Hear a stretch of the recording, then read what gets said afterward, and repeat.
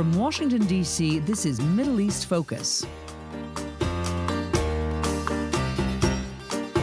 Welcome to Middle East Focus. I'm Alistair Taylor, MEI's editorial director, and today we're going to be talking about Libya. We'll be discussing the latest developments, the regional dynamics at play, and the role of Egypt. I'm joined today by two great guests, Mirette Mabrouk and Jonathan Winer. Mirette is a senior fellow and the head of MEI's Egypt program. Jonathan's a scholar at MEI and has served in a number of roles with the U.S. government, including as Special Envoy for Libya and Deputy Assistant Secretary of State for International Law Enforcement. Mirette, Jonathan, thank you both for joining us today, and welcome back to the program. Delighted to be here. Thank you for having us. Jonathan, last time we had you on the program to talk about Libya, it was at the end of May, after the forces of the internationally recognized Government of National Accord, with Turkish support, regained control of Tripoli following a year-long effort by General Khalifa Haftar and the self-styled Libyan National Army to seize the capital. What's happened since then, and where do things stand now? Well, the Government of National Accord forces essentially pushed Haftar's forces out of the greater Tripoli area, and they were pushed back to Sirte in the absolute dead center of Libya's coastal region. It's where Gaddafi was from, and it was where the West fought to get rid of the Islamic State when they secured territory there in 2015 and 2016. So it's symbolically a very important area. Turkey and GNA have been threatening to potentially take Sirte by force if Haftar's forces don't leave. In turn, Egypt promised that it would intervene militarily if it had to stop them. Russia's been sending fighter aircraft and Wagner Group mercenaries in, and the whole thing has been at grave risk of developing into a real regional proxy war. In turn, Ambassador Rod Norland, U.S. Ambassador to Libya, has been working more or less round the clock to push everybody back from that, carrying out what the administration's calling 360-degree diplomacy to bring about a ceasefire, and is proposing that the area be demilitarized. As you mentioned, the coastal city of Sirte in central Libya seems to be an increasing focus for the forces on both sides. Do you think that's likely to be the next major flashpoint? If somebody miscalculates, it could be a real flashpoint if there's a miscalculation. I believe that Egypt doesn't want a big fight with Turkey. I believe Turkey wants influence, but I don't think it's prepared to see a giant conflagration. Russia and Turkey have been talking a lot at the Erdogan-Putin level. And so I'm personally quite skeptical that it's going to turn into a big fight. But one never knows what General Haftar is going to do. Mirette, in late June, Egyptian President Abdel Fattah el-Sisi said that Sirte and the Al-Jufra were a red line for Egyptian security. How is the situation being perceived in Cairo, and what are the biggest concerns on the part of the government here? Okay, so Libya has been a matter of huge concern for Egypt for a very, very long time now. It's just that the recent events have escalated matters. There are about three concerns. There are three major concerns. The first is security. Egypt shares about 1,200 kilometers of border with Libya, and it is massively porous, very, very difficult to patrol. And Egypt is extremely worried about the entry of armed extremist militia groups. Now, Egypt is already fighting extremists in North Sinai. It doesn't need any more flak. And there have been extremists captured in Sinai that have been linked back to groups in Libya or have trained there. So Egypt wants to make sure that as far as it can, it minimizes the entry of armed militias. Now, that's the security one. The other concerns are economic. Before Libya descended into the kind of armed aggression that we're currently seeing, there were over 3 million Egyptians employed in Libya. And Egypt would very much like to see them go back. But also, Egypt has an eye on what they are hoping, what everyone is hoping will be extremely lucrative reconstruction contracts when Libya gets back on its feet. And of course, Egypt would like to maintain political influence on Libya, its neighbor, which is immensely wealthy. The other big problem, the other big concern really was Turkey. Turkey and Egypt have had a fairly acrimonious relationship since the ouster of former President Mohamed Morsi back in 2013. And in this particular case, Egypt has viewed Turkey's entry into the Libyan civil war into a direct challenge and a serious threat. Now, Turkey has supplied arms and thousands of Turkish Syrian mercenaries in support of the internationally recognized government of national accord. In fact, the US Department of State thinks that maybe about 4,000 mercenaries just in the first 3 months. It's significantly more than that now. And that's tipped the scales in favor of the GNA against the LNA, the Libyan National Army, which is led by General Khalifa Haftar, who is supported, to various extents by the UAE, by France, by Russia, by Egypt, and by Jordan. So Egypt is very worried about the entry of Turkey for various reasons, which we can go into later. Specifically, the red line of Sirte and Jafra. I mean, if you look at the map, as Jonathan pointed out, Sirte doesn't look that close to Egypt, but it is a focal point for wealth, the center of Libya's oil crescent, if you like. And as one Egyptian security officer pointed out, he said, we want to be able to stop extremists and we don't have to pay for it because we really can't. So that wealth is important, but also Jafra holds a military airbase that has been used by the LNA against the GNA. Brett, on July 20th, the Egyptian parliament authorized troops to cross the border into Libya if needed. At this point, how likely do you think that is to actually happen? As Jonathan pointed out, I don't think that it is massively likely at the moment. I'm actually quite hopeful that it isn't likely to happen. Turkey itself isn't massively heavily invested in terms of actual deployed troops, so it has much less to lose, and it's very light on its feet. And Egypt has absolutely no desire to bog itself down in another military quagmire. As we said, it's already involved in a fairly unpleasant struggle in North Sinai. And I suspect that most Egyptian military commanders over a certain age remember all too clearly the quagmire that was Yemen, which in the late 60s started off as, security for the Republicans and just ballooned from there. So there is no desire to repeat that whatsoever, because if you remember, Yemen possibly had a seriously detrimental effect on the 1967 war for Egypt. So nobody wants to see that happening. It's very, very likely that if anything were to happen, Egypt would try and confine itself to the eastern part of Cyrenaica. Deployment would be difficult. It would involve various operational and logistical challenges for both the army and the air force. And Egypt would much rather not do it. And it does appear that Russia, which is very heavily involved, but has been quite good at skipping across the lines on both sides, has apparently had talks with Turkey. At the end of last month, the Turks met with the Russians in Istanbul. And, it does appear that there have been attempts to ratchet down the tension. Jonathan, France, Germany, and Italy recently came out saying they were prepared to consider the use of sanctions to target those supplying arms to Libya in violation of the UN embargo. Has the threat of Egyptian-Turkish conflict helped to kind of concentrate minds in Europe in that regard? Well, certainly the Europeans have been unhappy about Turkey's putting these Syrian mercenaries in, Turkish support for the GNA. Italy, not so much. France, certainly. And there's a desire to discourage Turkey from putting in more. There's also a desire to avoid a regional proxy war, which could get out of control and potentially further stimulate migration, refugee issues, humanitarian crisis, and terrorism. So it was a message, I think, to Turkey in particular to stop. But it could potentially be interpreted to also mean the same to the United Arab Emirates and to Egypt, even to Russia. It would be lovely, from my point of view, if these countries would go to New York and start sharing what they know publicly about violations of the UN arms embargo. The panel of experts has documented a lot of them.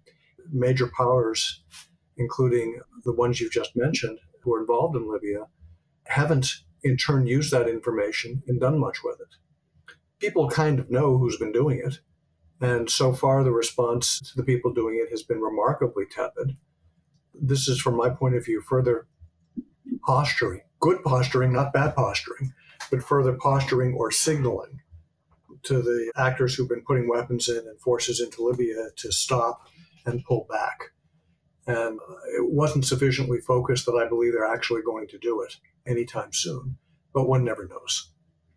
Jonathan, turning to the U.S., as you mentioned, Ambassador to Libya Richard Norland has been very busy lately, traveling to both Ankara and Cairo for talks, and President Trump just spoke with Turkish President Erdogan about the situation in Libya as well. Do you have a sense of what came out of all those talks and kind of where things stand more broadly in Washington right now?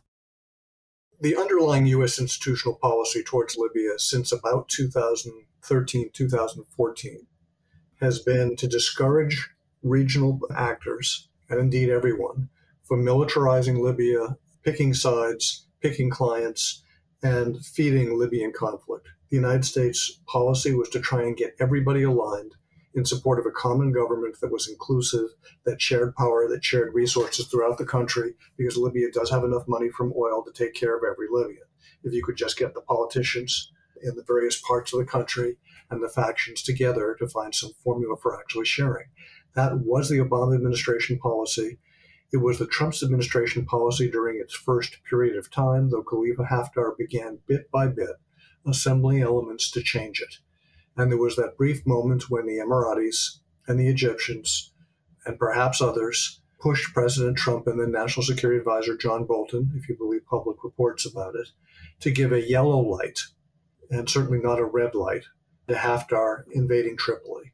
And my guess is it was a yellow light, is what Haftar thought he got.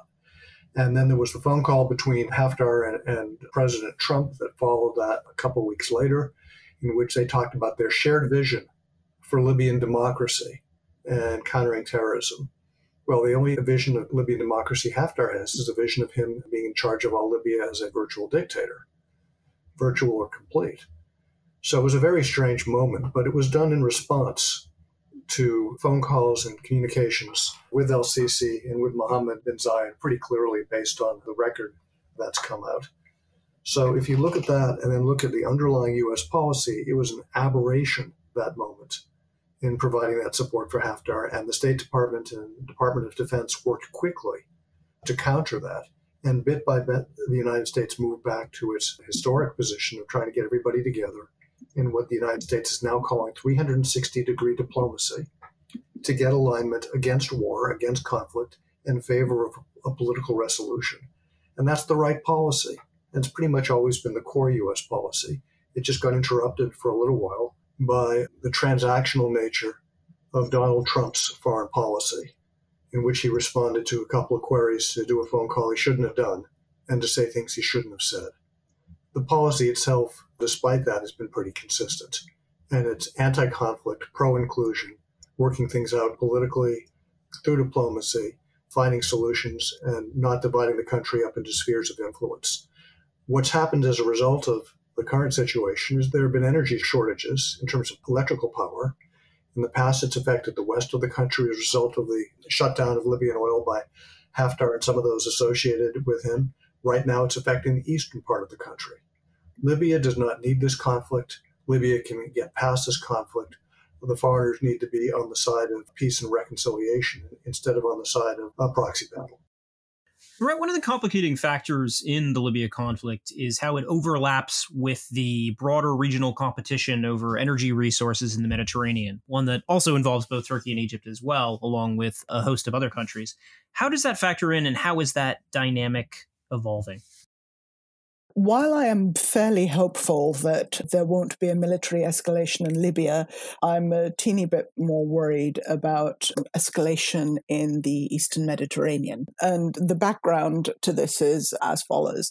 Now, about a year and a half ago, Egypt had set up what is called the Eastern Mediterranean Gas Forum, which is a forum that includes Egypt, Israel, Palestine, Italy, Greece, Cyprus, and Jordan. It pointedly did not include Turkey, basically because Turkey can't really be involved in anything that recognizes Cyprus. So, there's that.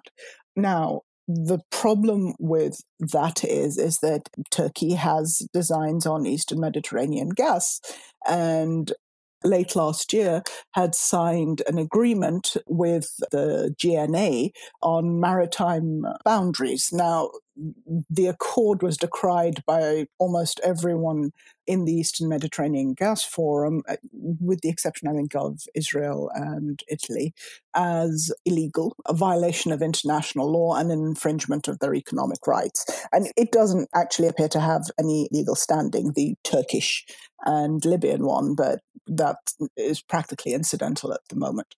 Now, things have been stepping up. I mean, the countries have been sort of shuffling their feet closer to the Rubicon, if you like. Now, last week, Egypt and Greece signed an agreement establishing an exclusive economic zone, an EEZ, between the two countries for oil and gas rights. And Turkey immediately sort of upped the ante by announcing new seismic research activity a couple of days ago. It announced that activity in contested areas overlapping with a maritime zone that Egypt and Greece had agreed on.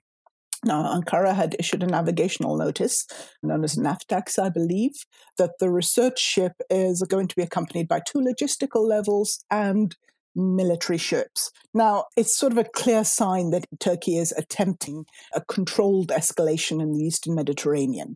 It's not a great sign on international involvement. Last month, President Emmanuel Macron of France had called for EU sanctions against Turkey for violations of Greek and Cypriot waters. So the entire thing is becoming very muddy unless something happens, unless countries find a way to get around their economic ambitions. I think we are possibly looking at Mediterranean skirmishes, but one hopes not, but it is a possibility. France has also, by the way, announced that it is going to increase its military presence in the Eastern Mediterranean. It's called on Turkey to halt oil and gas explorations in those disputed waters. Not to bring up something new, but the role of international players here is enormously important. France has been very, very prominent on this stage.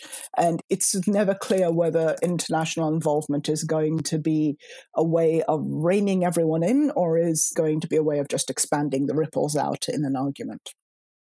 I'd like to follow up on this issue, too, because it's really interesting. The Eastern government in Libya, the Eastern Parliament, has reached an agreement with Greece covering pretty much the same waters that the GNA has reached with Turkey. Needless to say, these are incompatible and, from my point of view, entirely fantastic agreements. By fantastic, I mean they cannot happen in the real world. No one can be proceeding until there is a united Libya on any of this. And Turkey's ambitions in this area are, from my point of view, extremely unrealistic. They prompted a unsurprising reaction from Greece, and it's not wise of anybody involved, and the waters need to be calmed.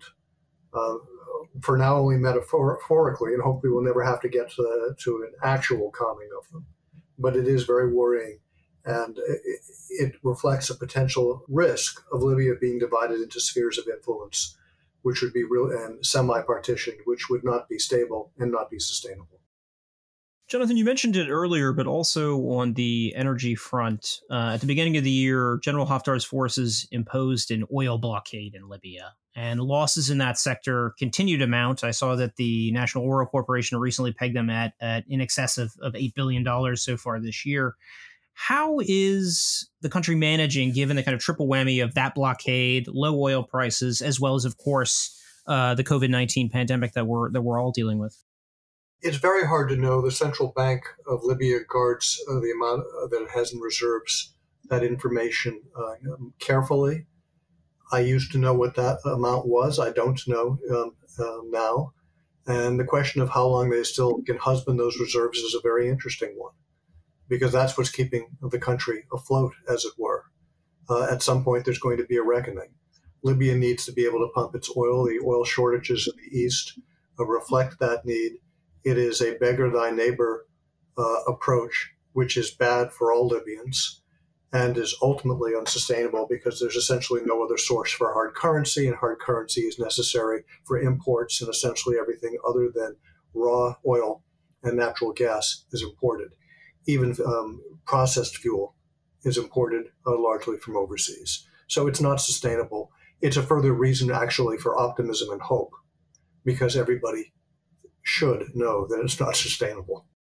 Mirette, we're running short on time, but where do you see things going from here, and how is the calculus in Cairo likely to be affected by the upcoming U.S. presidential elections in November? I'm not sure that the calculus in Cairo is going to be affected by the elections as far as Libya is concerned, because honestly, as far as I can see, the current administration, the Trump administration, is pretty much following the institutional policy that the same one that had been set by the Obama administration. And if there is a change in administration in November, I suspect it's going to be very much of the same. I imagine that matters on the ground in Libya will shift significantly faster than U.S. policy is likely to shift. It's more likely that if there is a change in administration, then the immediate concerns are going to be domestic rather than international. As far as Libya is concerned, I really don't see too many shifts in U.S. policy. Jonathan, you've got the last word. Any final thoughts here? How do you see things in Libya developing moving forward? I think having a steady hand from a steady administration in support of resolving the conflict will be very helpful to Libya. I don't think that Turkey or Egypt or the Emirates or any of the other powers other than Russia are really going to want to keep a conflict going if the United States is firmly opposed to it and if it starts imposing costs on them that are potentially unacceptable politically. The economic collapse of Libya really should not be in anybody's interests. Resolving the Russian involvement is another matter. It becomes a question of what price Russia has to pay beyond the price it's already paying in sanctions with the United States for continuing to be involved. If the Emiratis and Egyptians are no longer in alignment with Russia, it may become a much less attractive proposition for Russia to keep going. We'll have to leave things there for now, but Mirette, Jonathan, thank you both for joining the podcast today. Well, thank you for having us. And thank you as well to our audience for listening in and to our production team for their work on today's program. We will see all of you next week. This has been a presentation of the Middle East Institute. To support MEI's programs and podcasts, please donate at www.mei.edu. Thank you for your support.